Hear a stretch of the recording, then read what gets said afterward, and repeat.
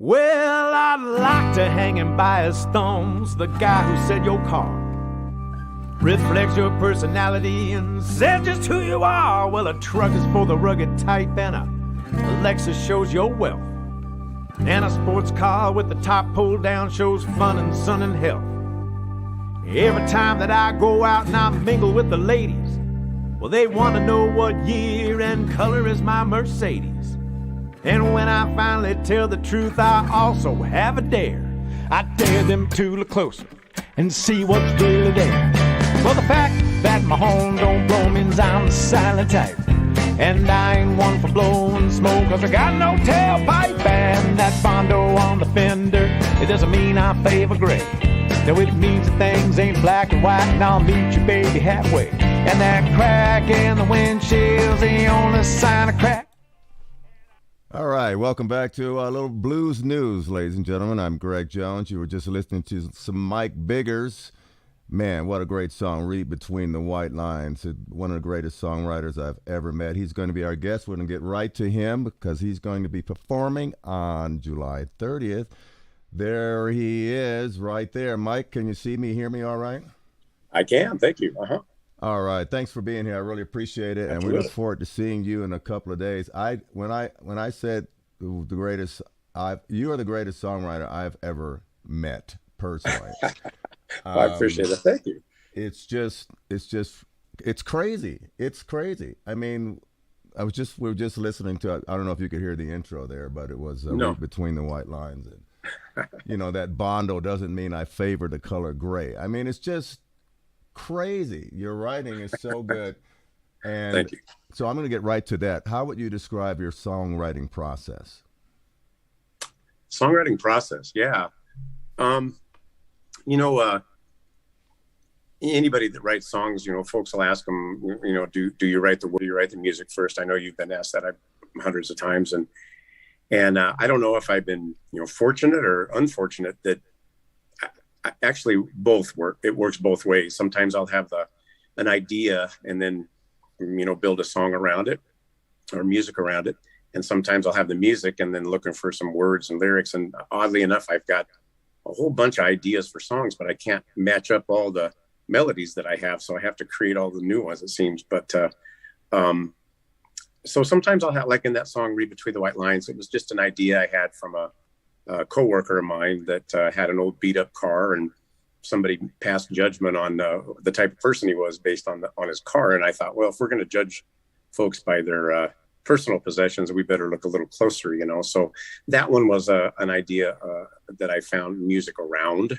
So the songwriting process for me goes both ways. Most of the songs there's some truth to them. There's some songs that are super important to me that I make sure everything is truthful, if you will. And then others just kind of are based around a truth. So I have very few songs that are just purely fabricated. There's usually something in there that I have as a safe place to go back to if I stray away too far. So, but it's a fun process, and I know you do the same, and I've heard your songs as well. Well, yeah, but I've thought about that too, and I look back and I think, yeah, there's a couple. I thought, okay, I really, really kind of knocked the ball out of the park, but that's not the case with you. Every single song is excellent, and I don't say that about albums or CDs. I mean, and you, I mean, it's not like you were a full-time songwriter. You had you were air traffic controller, and Right. and Yeah. you weren't sitting around writing songs all day, but the writing, Paper Kisses, every single one of these songs, and by the way, you made me cry a lot, when I listen to your music, but and I wonder if it's what you said about telling the truth. I was going to surprise you and record a song, or at least play it for you, because it's just so great. Sleeping with My Tears, of course you wrote it. And I started analyzing it and going, no, this, I'd have to have the music. I'd have to read the music, the chord structure. It's jazzy. It's such a blend, and I'm gonna say this: John Prime, James Taylor, Joni Mitchell. You heard of these cats, right? I Yes. think Mike Biggers is right in line with those names, and I just wonder, do you wake up at night and go, why am I not as famous as these people? I'm not kidding you, sir. You write that well. You are an Well, I extremely. appreciate that. Are you satisfied with your accomplishments as a songwriter? Well, yeah, I am. It's most every song that I play now, I like, because the ones that I don't, the dogs are just put away and I don't play them. I don't even remember them anymore. So I'm kind of, I'm pleased with most of the songs I have, and I'm just a local artist and play around town and looking forward to coming down to Wrightwood and playing. And most of actually, when I first started writing, this isn't answering your question, but it just kind of came to my mind as we're talking about it. Was with Gail, actually. And I had kind of dabbled in it, but it wasn't until Gail and I were trying to write songs for a gospel record that she was going to do that we thought, now let's do some of our own, and so it just kind of launched from there. But I'm pleased with the tunes. I'll tell you, it was interesting you mentioned about sleeping with my tears and bringing to tears. I was able to, I received some reviews on my first record by some local, bend critics, if you will. And one of the folks said that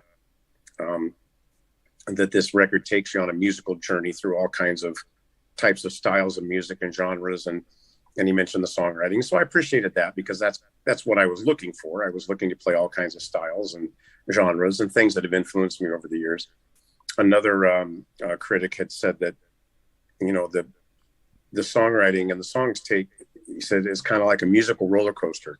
You'll laugh, you'll cry, you'll be thrust left and right. And he says, when the whole thing's over, you're exhausted and you want to go again, And I really appreciate what he said, because that's kind of what I was shooting for, is emotional songs. And I try to write some humorous tunes. Humor's pretty subjective, so sometimes, it falls flat with folks, but I'll try to throw those in with the others. And so I would say, probably, if my accomplishments are met, one of the things, based on the fact that most of my shows most of the things I'm doing are just local and house concerts and things like that, is when people do come up and say, oh, that song really, touched me. I feel the same way. And I was crying, and then I was laughing at your next one. And I thought, okay, awesome. That's mission accomplished. It's just mind blowing that it's something you kind of started later in life. And Gail, you mentioned Gail Dowling. This is actually her show she's producing on Saturday that you're performing in. And so what can we expect? You got any ideas what you're going to do for a Fire on the Mountain this coming Saturday? Yeah. So Saturday, I'll be with Gail, and I know her son Adam will be there, and I'm not sure who else is going to be up there, and so I don't know how many there really won't be that many originals that I'm doing there, primarily because I just don't have a chance to work them out with her.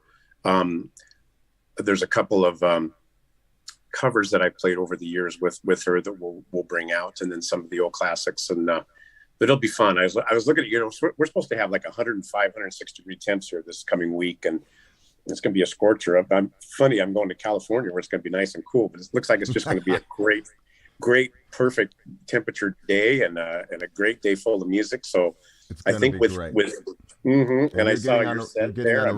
When are you getting on the road? Tomorrow? Tomorrow. I'm going to leave tomorrow and stay the night somewhere on the way down.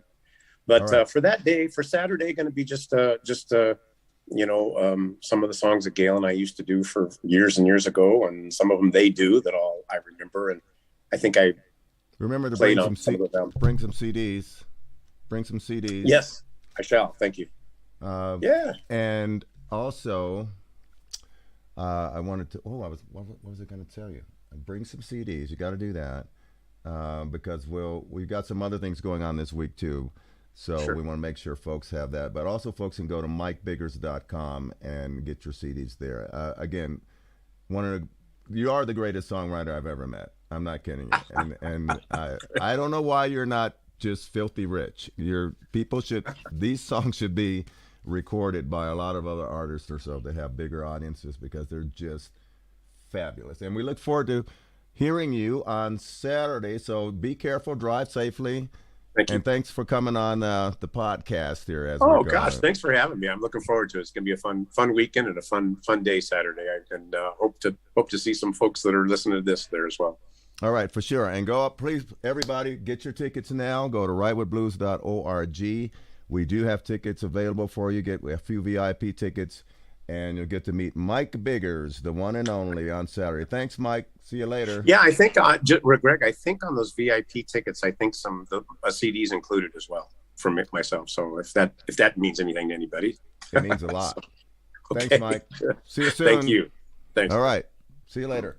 There he goes, Mike Biggers, everybody. So go to rightwithblues.org right away and get your tickets. Well, I'll let you hear a little bit of that sleeping with my tears. Great.